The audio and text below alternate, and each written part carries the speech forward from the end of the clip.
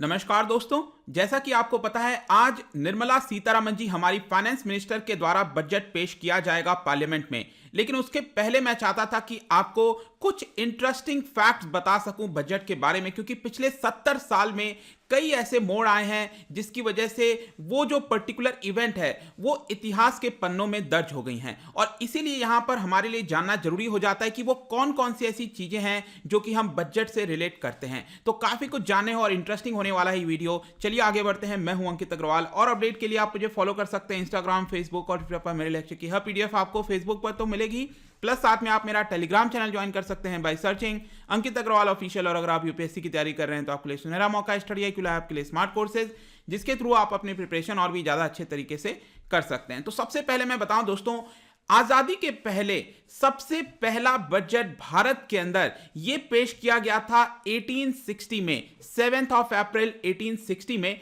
पहला बजट भारत के अंदर पेश किया गया था। लेकिन ध्यान रखिएगा, यह बजट पेश किया गया था ईस्ट इंडिया कंपनी के द्वारा। किसको? ब्रिटिश क्राउन को, क्योंकि वो ब्रिटिशर्स के अंदर ईस्ट इंडिया कंपनी के अंदर आ चुका था और इसीलिए ईस्ट इंडिया कंपनी ने इसको दिया था। और उस समय जो पर्सन थे जिन्होंने यह पेश किया था, इनका नाम है जेम्स विल्सन। अब हम देखते हैं आजादी के बाद पहला बजट कब आया। तो देखिए 15 अगस्त 1947 को देश आजाद हुआ। उसके जस्ट कुछ महीने के बाद, दैट इज 26 नवंबर, तो ध्यान रखिएगा, एक तो हम कहते हैं 26 नवंबर 1949 को जो कॉन्स्टिट्यूशन आपने अपनाया था। लेकिन 2 साल पहले 26 नवंबर 1947 को देश का आजादी के बाद पहला बजट पेश किया गया था हमारे फर्स्ट फाइनेंस मिनिस्टर शनुखम चेट्टी जी के द्वारा।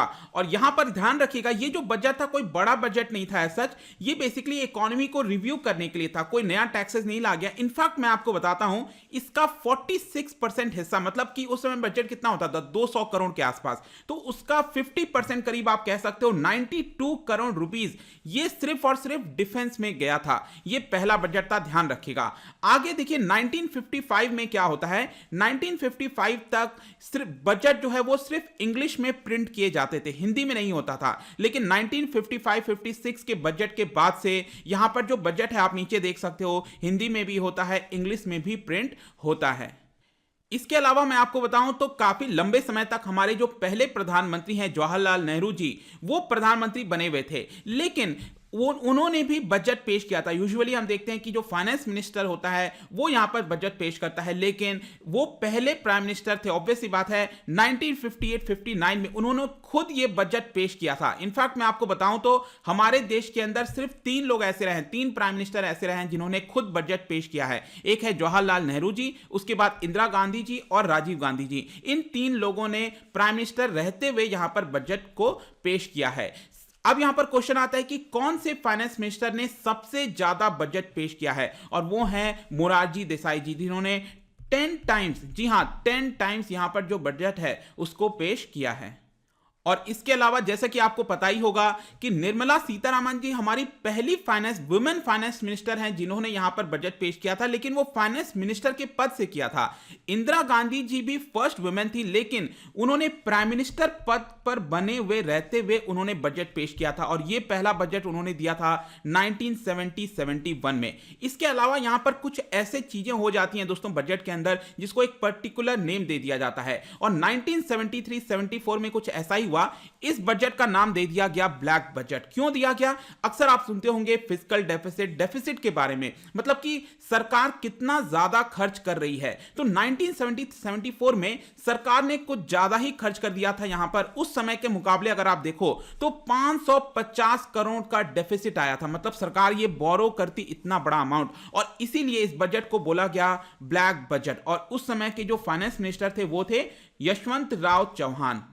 इसके बाद आता है 1991 का बजट, और ये तो आपको पता ही होगा, ये ऐसा बजट था जिसने देश की अर्थव्यवस्था का दशा और दिशा दोनों यहां पर बदल दी, और इसको बोला जाता है द एपिकल बजट। तो बेसिकली यहां पर इसको इसलिए बोला जाता है क्योंकि यहां पर बहुत सारी ऐसी चेंजेस की गई थी इकोनॉमी के अंदर, मार्केट को फ्री किया गया था, यहां पर कई डिफरेंट चीजें लाने की कोशिश की गई, जिसकी वजह से यहां पर 1991 का जो बजट है इसके आने से यूजुअली आपने देखा होगा, मैं भी अपने वीडियो में यह कहता हूं, Indian economy before 1991, Indian economy after 1991, तो यह भी यहां पर एक इंपॉर्टेंट टाइम था। इसके अलावा 1997-98 में जो फाइनेंस मिनिस्टर थे पी चिदम्बरम जी, उन्होंने जो बजट पेश किया था इसको इतिहास के अंदर बोला जाता है ड्रीम बजट के नाम से। ड्रीम बजट इसलिए कहते हैं दोस्तों कि उसमें बताया जाता है कि टैक्सेस जो है वो भारी मात्रा में कमी लाई गई थी, टैक्सेस के अंदर कम किए गए थे, जैसे कि डायरेक्ट टैक्स हो गया, इनडायरेक्ट टैक्स हो गया, ताकि यहां पर कंप्लायंस बढ़े, लोग ज्यादा टैक्स दें, लोग खुद सामने आए। क्योंकि हमारे देश के अंदर अभी भी अगर आप देखोगे तो टैक्स, अगर हम नंबर ऑफ पीपल की बात करें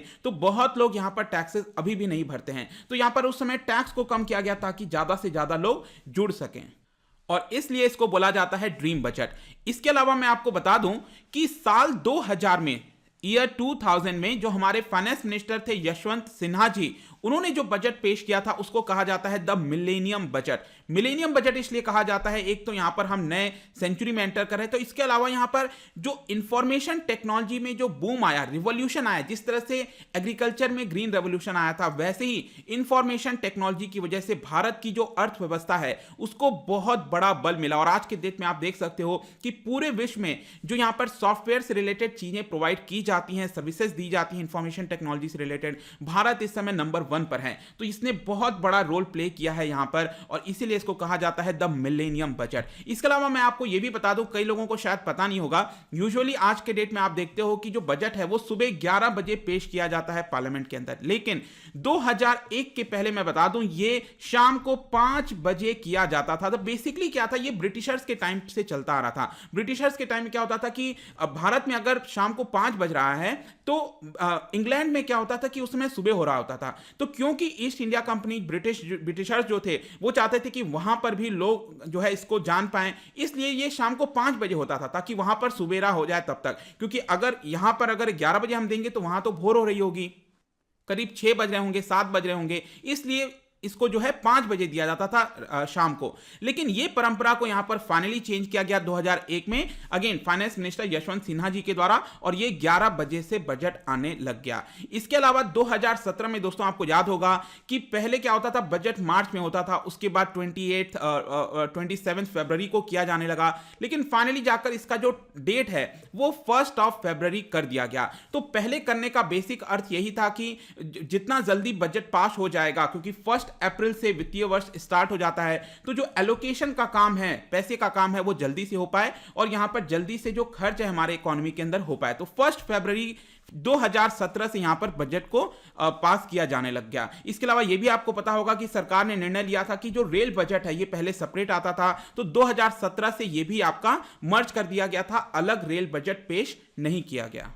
तो ये तो आपके कुछ और फैक्ट्स हो गए। इसके अलावा 2-3 और फैक्ट्स हैं, वो भी मैं आपको बता देता हूं। देखिए, गिफ्ट टैक्स के बारे में अगर आपने सुना होगा तो 1958-59 में जो हमारे पहले प्रधानमंत्री थे जवाहरलाल नेहरू जी, उन्होंने ही ये गिफ्ट टैक्स को लागू किया था। बेसिकली इसलिए किया जाता था, पहले लोग क्या करते थे ना कि यहां पर गिफ्ट के फॉर्म में दे देते थे। सपोज किसी को पेमेंट करना है तो आप फॉर्मल तरीके से पेमेंट करोगे तो यहां पर सरकार उस पर टैक्स लगा देती थी, लेकिन इसी को हटाने के लिए लोगों ने क्या किया, गिफ्ट देना स्टार्ट कर दिया। कह दिया कि हमने यहां पर 5 लाख रुपए का ये गिफ्ट दिया है तो इसकी वजह से टैक्स नहीं देना पड़ेगा। तो ये टैक्स इवेजन को रोकने के लिए यहां पर हम जवाहरलाल नेहरू जी ने गिफ्ट टैक्स निकाला था, दिया था। अब देखिए, जवाहरलाल नेहरू मैं क्यों बोल रहा हूं, क्योंकि मैंने आपको बताया था कि वो पहले प्रधानमंत्री थे जिन्होंने पीएम के पद पर रहते हुए जो बजट है उसको दिया था। इसके अलावा अक्सर आप सुनते होंगे बजट में इंफ्रास्ट्रक्चर पर बहुत ज्यादा बल होता है। तो आजकल के डेट में तो आप यूजुअली सुनते हो रोड पर इतना खर्च किया जाएगा, इस इंफ्रास्ट्रक्चर पर, एयरपोर्ट पर। तो आज के डेट में तो यूजुअली बहुत ही कॉमन वर्ड है इंफ्रास्ट्रक्चर, इसके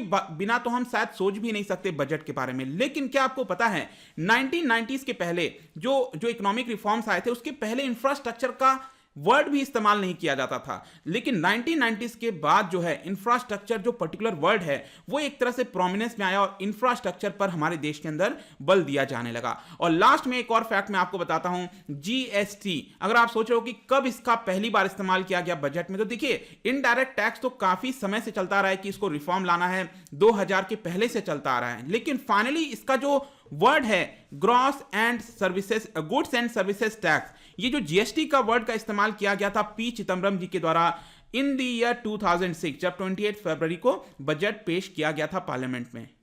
और फाइनली हम जानते ही हैं कि 2017 से हमारे देश में फाइनल जाकर जीएसटी जो है वो लागू कर दिया गया था। तो ये है कुछ इंपॉर्टेंट फैक्ट्स दोस्तों, और ये भी ध्यान रखिएगा कि पहले यहां पर ब्रीफकेस में होता था और ये बही खाता के नाम से निर्मला सीतारमण जी ने इसको स्टार्ट किया। और जाने से पहले मैं आपसे एक क्वेश्चन पूछता हूं, क्या आपको पता है कि अभी तक कौन से फाइनेंस मिनिस्टर ने सबसे लंबी स्पीच दी है बजट की? क्या बता सकते हो? तो और इसके अलावा एक और क्वेश्चन यहां पर आपको मिल जाएगा, ये है दोस्तों, यहां पर आपको बताना है कि डेफिसिट फाइनेंसिंग जो करती है भारत सरकार, उसका मेन पर्पस क्या होता है? It is used for what? किस लिए खर्च किया जाता है डेफिसिट फाइनेंसिंग के थ्रू? इसका जो राइट आंसर है मेरे इंस्टाग्राम पर तो आपको मिलेगा ही। अगर आप इंस्टाग्राम पर नहीं हो कोई बात नहीं, टेलीग्राम से ले सकते हैं। मैं कई सारे एमसीक्यूज यहां पर डालता रहता हूं स्टोरीज के फॉर्म में, आप जाकर प्ले कर सकते हो। इसके अलावा मैं सोच रहा हूं कि यहां पर 2 या 3 फरवरी को जो है एक इंस्टाग्राम लाइव आऊंगा और बजट के बारे में आपके साथ डिस्कस करूंगा, आपके क्वेश्चंस को लेने की कोशिश करूंगा। और यहां पर अगर आप मुझसे इकोनॉमी पढ़ना चाहते हैं, कोई भी कोर्स परचेज करना चाहते हैं, स्टडी IQ ऐप पर जा सकते हैं। आई होप कि वीडियो आपको पसंद आया होगा। मिलता हूं आपसे next time. Till then, thank you very much. See you soon.